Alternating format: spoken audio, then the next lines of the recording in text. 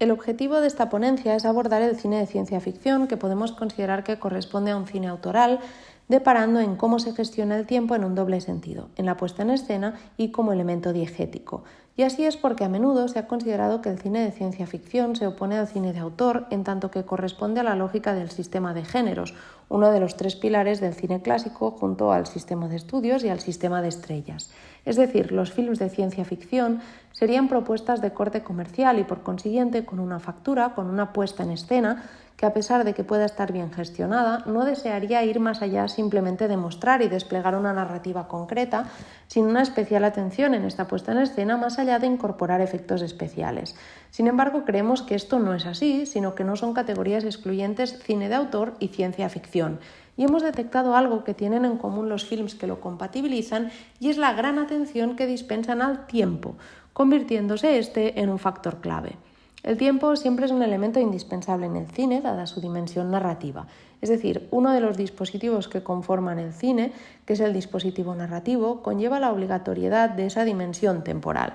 Y es que existe una relación necesaria entre el cine y la narración, pues para que exista la narración debe pasarse de un estado a otro. Si no fuese así, si no se produjera ningún cambio, no habría narración alguna. Y para que pueda darse ese cambio debe haber necesariamente una dimensión temporal.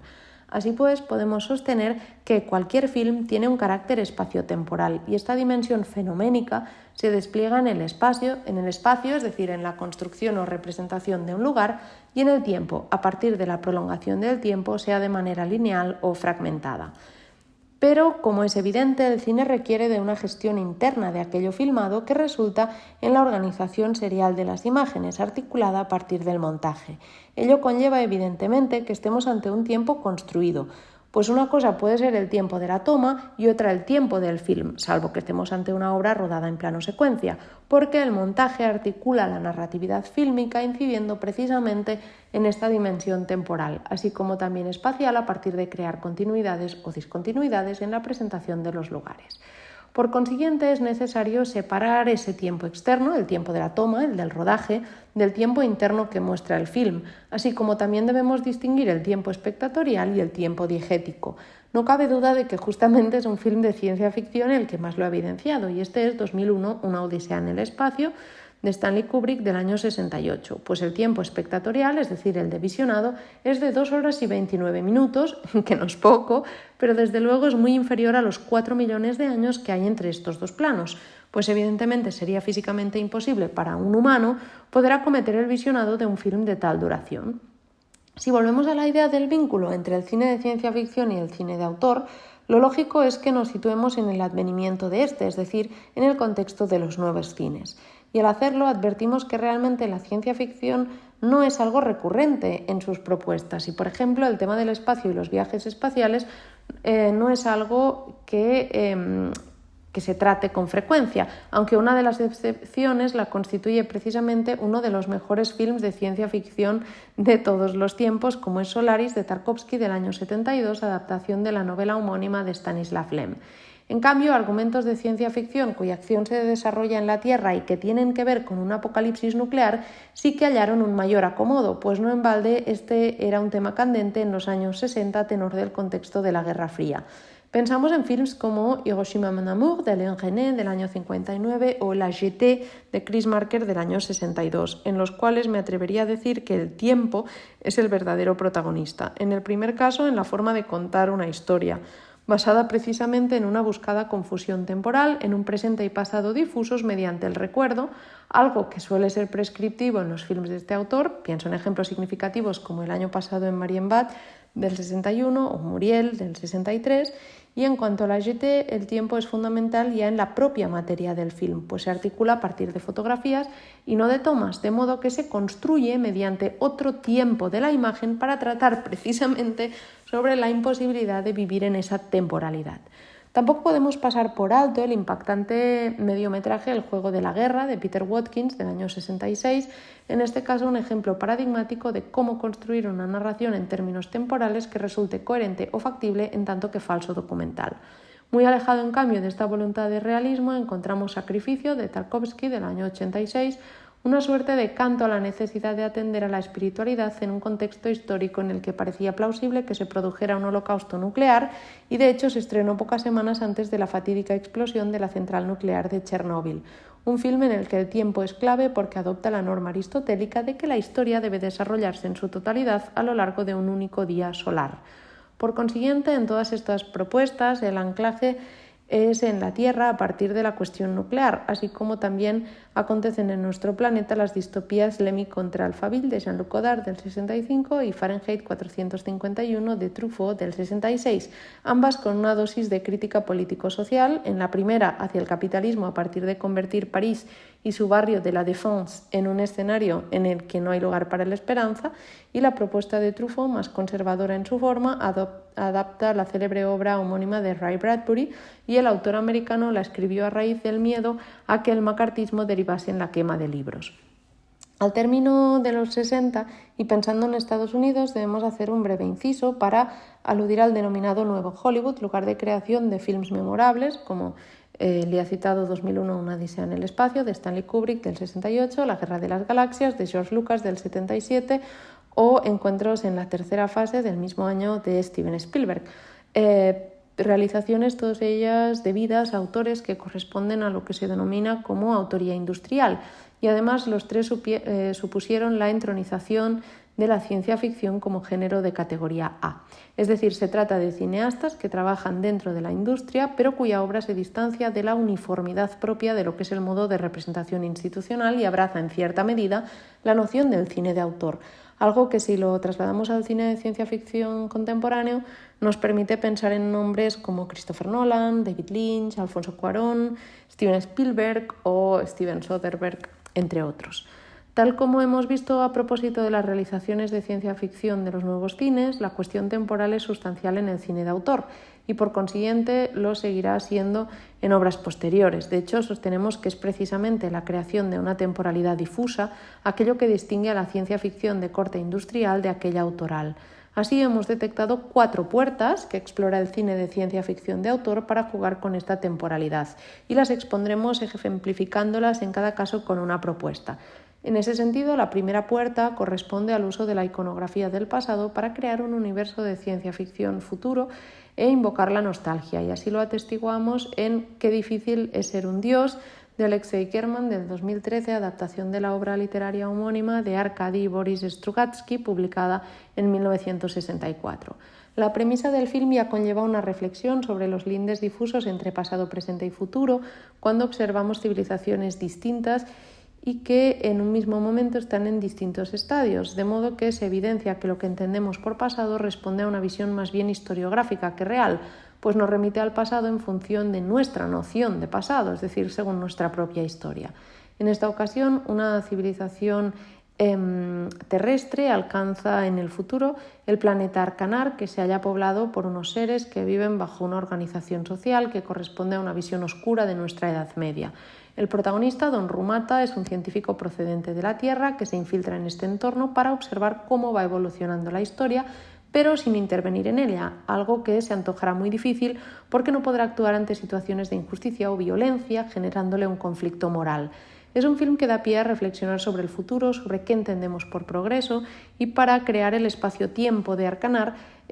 busca referentes artísticos en la Edad Media. Por ello, Alexei Kerman acude a la configuración visual e iconográfica de nuestro pasado medieval y a las obras del Bosco o de Bruegel, que se convierten en referentes clave para crear ambientes, entornos y caracterizar personajes, siendo la intermedialidad la clave para mostrar un futuro construido a partir del pasado. Incluso el pasado es relevante en términos diegéticos, pues se apela a cómo este planeta tiene reminiscencias del Renacimiento en sus grises castillos y se menciona este periodo de la historia del arte. La segunda puerta es la de los tiempos del recuerdo, que encuentra su mejor representación probablemente en títulos como El espejo, Zerkalo, de Tarkovsky del 75 o el ya citado Solaris del 72. Tarkovsky consideró que precisamente el tiempo era la materia del cine, algo que desplegó en su obra de 1985, Esculpir el tiempo, donde sostuvo que este esculpe el tiempo y es el único medio que puede captarlo y expresarlo de un modo tan directo, algo que en su filmografía se traduce en tomas largas y ritmos lentos para poder experimentar ese flujo temporal. De este modo se puede evidenciar la subjetividad del tiempo tal como lo experimentan tanto los personajes como los espectadores, y su objetivo es evocar pensamientos y emociones a través de las imágenes, construyendo narrativas que no tienen por qué obedecer a la linealidad. Por ello, también la memoria es clave en sus obras, pues el cine tiene la capacidad de preservar el tiempo y evocar el recuerdo, superando la idea de un mero archivo visual, sino que apela a las emociones y frecuentemente muestra la memoria escudriñando su forma, es decir, indagando en las imágenes de manera elusiva, desordenada y fragmentaria, y con el peso espiritual que supone, así como en relación con la nostalgia, en tanto que conecta con el cambio y con la pérdida. Por consiguiente, el tiempo es la materia sobre la que trabaja el cine, según Tarkovsky, pero también deviene un elemento clave en términos diegéticos, y los dos films mencionados lo exploran de manera preclara, consiguiendo en el caso de Solaris añadir la pintura a la iconografía propia de los films de viajes espaciales, es decir, poniendo en marcha ese diálogo intermedial al que ya apelábamos, pero en este caso no para crear un paralelismo entre temporalidades de estados civilizatorios, como en el caso del film de Alexei German, aunque de nuevo mediante una obra de Bruegel, Los cazadores en la nieve, de Peter Bruegel el Viejo, de 1565. En el caso de Solaris, su presencia en la nave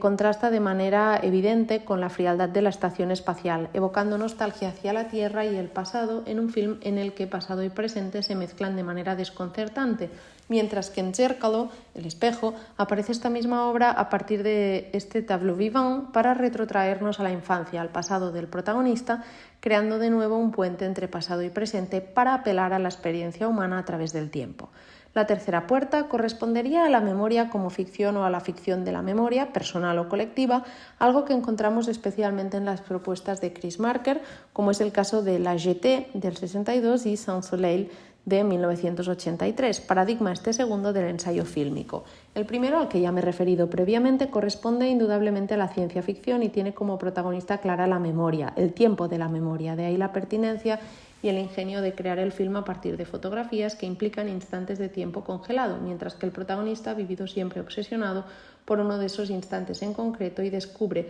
con su propia vida que vivir el tiempo de un instante pasado, vivir en el tiempo de la imagen, es morir. Sans Soleil es un título difícil de clasificar porque contiene muchas cosas y entre ellas indaga en la memoria, pues tal como indica la voz en over de la narradora, supuesta receptora de unas cartas del viajero Sandor Krasna, alter ego de Marker, se puede decir que me he pasado la vida preguntándome sobre la función del recuerdo, que no es el contrario del olvido, sino más bien su reverso. De hecho, no nos acordamos de nada, reescribimos la memoria de la misma manera que reescribimos la historia. Y el film apela al peso que tiene la temporalidad en el siglo XX, pues en un momento dado la voz en over indica: sabía que en el siglo XIX la humanidad había ajustado cuentas con el espacio y que la apuesta del siglo XX era la cohabitación de los tiempos. Además apela a la impermanencia de las cosas, citando a una máquina de un tal Hayao Yamaneko, nuevamente otro alter ego de Marker, que es el sintetizador de imágenes de MS Spectra, que le permite poner en pie una iconografía propia de la ciencia ficción. Además, señala que si las imágenes del presente no cambian, con este sintetizador se pueden cambiar las del pasado. Y en el desarrollo de la propuesta se comenta que se recuerda a partir de imágenes y son estas las que sustituyen la memoria, de modo que se interroga sobre cómo se acuerdan de las cosas aquellas personas que ni fotografían ni filman, preguntándose cómo debían hacerlo antes para recordar y respondiendo acto seguido que para ello escribieron la Biblia, mientras que la nueva Biblia será una eterna cinta magnética de un tiempo que deberá leerse continuamente solo para saber que ha existido. Y ahora lo que hacemos es esperar el año 4001 y su memoria total. El tiempo, pues, vinculado a la imagen como materia para la memoria. Ese juego con las imágenes, donde su manipulación material y física deviene discursiva y viceversa, toma un renovado sentido en el libro de las imágenes de Godard del 2008, en este caso un film collage que evidencia la importancia del audiovisual como archivo de memoria, apelando más bien a una memoria colectiva que personal, como acontecía en la obra de Marker, y en ese sentido entronca con la idea del archivo, del archivo de imágenes y de memoria, una propuesta que el director ya llevó a cabo en Histoire du cinéma del año 89, aunque en este caso aborda múltiples ideas a partir de diversos hechos históricos y de la relación entre Occidente y el Próximo Oriente, partiendo de la noción del remake de las formas como algo inherente a la historia del arte. Además, el largometraje aborda con gran complejidad la idea del archivo, en tanto que trabaja con imágenes obtenidas de DVDs o de VHS y evidencia de nuevo su materialidad, pues hacen patente el deterioro y de esa caducidad surgen nuevas formas. Nuevamente, pues, reaparece la idea de la materialidad de la imagen, un asunto clave en un momento en el que hemos abrazado la imagen digital. Y esta cuestión conecta claramente con la noción del archivo. Aunque unas imágenes que no tienen materialidad, gracias a la tecnología digital, acudimos a otras imágenes de otros lugares y de otros tiempos para repensarlas. Y el cine juega con sus temporalidades, poniendo en diálogo unas con otras y profundizando en el vínculo que se teje entre ellas. La cuarta y última puerta es la que hemos llamado las formas del tiempo, es decir, las exploraciones que se desarrollan a partir de elaborar una confusión, una mezcolanza entre el tiempo y el espacio, y que encontramos especialmente bien representadas en la filmografía de David Lynch, sobre todo en 3 films que son Carretera Perdida del 97, Mulholland Drive del 2001 e Inland Empire del 2006, así como en la serie Twin Peaks del año 1990-1991 y su posterior tercera temporada, Twin Peaks de 2017. Unos tiempos complejos, fluidos, no lineales, cíclicos y o fragmentarios, confundiéndose también la realidad con los sueños y apelando tanto al pasado como al presente como al futuro a modo de premonición o a la sensación de déjà vu. Así, ese quiebre de la linealidad temporal fruto de una ruptura de la causalidad conecta con la lógica del misterio y del deseo de no resolverlo para que éste sea válido. Además, en tanto que autor muy vinculado con la lógica de la posmodernidad, su obra resulta harto metaficcional, de modo que a lo largo de su filmografía unas propuestas comunican con otras y nos van arrojando distintas lecturas, sobrepasando la diégesis individual de cada una de ellas. Y esa vinculación entre el misterio y el tiempo se despliega sobre todo en Carretera Perdida, donde el propio protagonista se ve envuelto en una confusión absoluta a causa de la aniquilación de la lógica del espacio y del tiempo, e incluso para poder explicarlo se ha recurrido al modelo de la cinta de Möbius, pero también se ha usado el cono invertido a partir de los planteamientos de Henri Bergson para interpretar obras como el film Twin Peaks, Fuego camina conmigo, del 92, la tercera temporada de esta serie, o Inland Empire. E incluso se ha vinculado con la física o con los hologramas o la figura que consideramos más apropiada y que es la espiral, en tanto que elimina la oposición entre la unidad y la multiplicidad. En el caso de su film Dune, del año 84, frecuentemente dejado de lado en los estudios dedicados al cineasta, en tanto que encargo y no demasiado bien valorado por su director, cabe decir que pensó la obra desde el guión de manera poco lineal y de hecho se desarrolla en función de esta figura de la espiral. Finalmente, y para enlazar con la cuestión de la energía nuclear, que ya hemos visto que fue el tema sobre el que se deslizó el cine moderno de ciencia ficción, esta cuestión reaparece en la tercera y reciente temporada de Twin Peaks, concretamente en el episodio 8, Got a Light, donde se muestra la primera explosión de una bomba nuclear en White Sands, Nuevo México, en 1945, y en la serie actúa como el origen del mal, un mal que excede cualquier límite de espacio y tiempo. Unas puertas, todas ellas, que evidencian cómo el tiempo es aquello sustancial en las aproximaciones que el cine de autor plantea en clave de ciencia ficción. Unos tiempos difusos, complejos, desdibujados, unas temporalidades, pues, al servicio de la narración y de la puesta en escena, o una puesta en escena y una narración al servicio del tiempo.